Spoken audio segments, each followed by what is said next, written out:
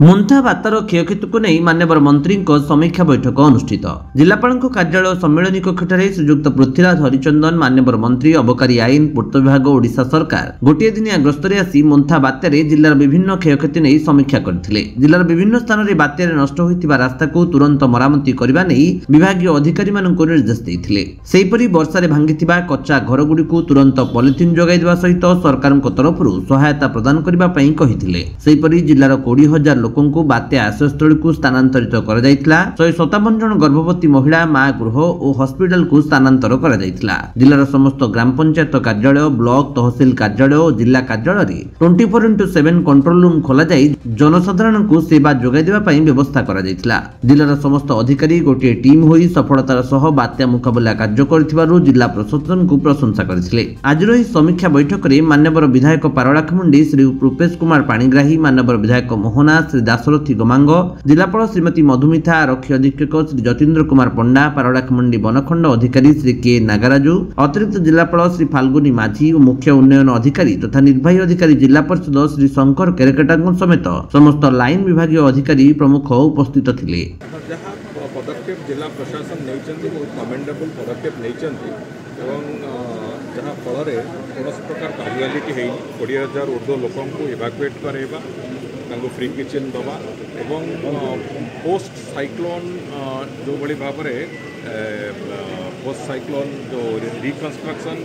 Structure ये phase अच्छी से फेज को अत्यंत दक्षतार सहित इंजीनियरिंग डिपार्टमेंट माने एनडीआरएफ ओड्राफ इत्यादि मैंने सफलतार सहित कर रास्ता रिपेयरिंग गुड़िए चली आम बहुत शीघ्र कंप्लीट करने को जाऊँ। द्वितीय कथा है जो मेजर डैमेज जो धरत जमी काशीनगर में गोटे रास्ता कथा अच्छी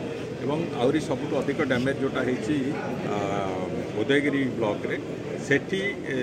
तार काम प्रायतः आज राति सुधा सर बोली आशा करा तेणुक जिला प्रशासन अत्यंत दक्षतार सहित एवं अत्यंत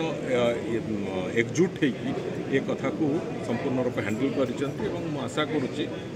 जे जो प्रक्रिया रे कौन प्रकार असुविधा जदिओ गजपतिर साधारण जनता को तेबे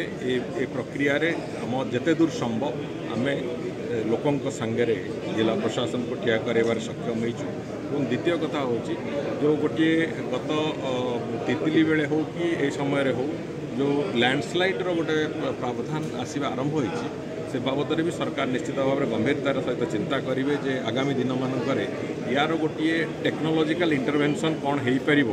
जद्वारा कि अंततः लैंडस्लाइड भली अभावन स्थिति अंततः न हो लैंडस्लाइड गोटे अकस्मात सिचुएशन से भाई अकस्मात सिचुएशन न हो भी सरकार निश्चित भाव में चिंता करें। देखो आज मंत्री आमर आईन मंत्री राज्यर वरिष्ठ जन मंत्री पीडब्ल्यूडी मंत्री से अच्छा आसी आमर जिला को स्वागत करुच्ची धन्यवाद जनाऊँ विधायक भाव में किंतु गत वर्षार एबर वर्षार चाषी मानकर क्षयक्षति लोक मान घर द्वार भांगा संगे रास्ता घाट पंचायत रास्ता टू आरंभ कर आरडी रास्ता टू आरंभ कर पीडब्ल्यूडी रास्ता टू आरंभ कर एनएच रास्ता पर रास्ता सब क्षयक्षति हो जाए रास्तार क्षयक्षति आकलन जिला एडमिनिस्ट्रेशन जहाँ रिपोर्ट से आमर किसी कहबार ना किंतु मु एबे मंत्री को कही जे गजपति जिला को स्वतंत्र दृष्टि देवाई कही स्वतंत्र दृष्टि मिनिमम 300 कोटी टंका गजपति की देले सबू क्षेत्र में डबल इंजन सरकार को धन्यवाद देवे एवं जदि न देवे डबल इंजन सरकार को बाय बाय करेंगे। देखु प्रकृत देखा गले सबुठ जो अक्टोबर मासर शेष जो बात्या आए सब प्राथमिक स्तर देखा गले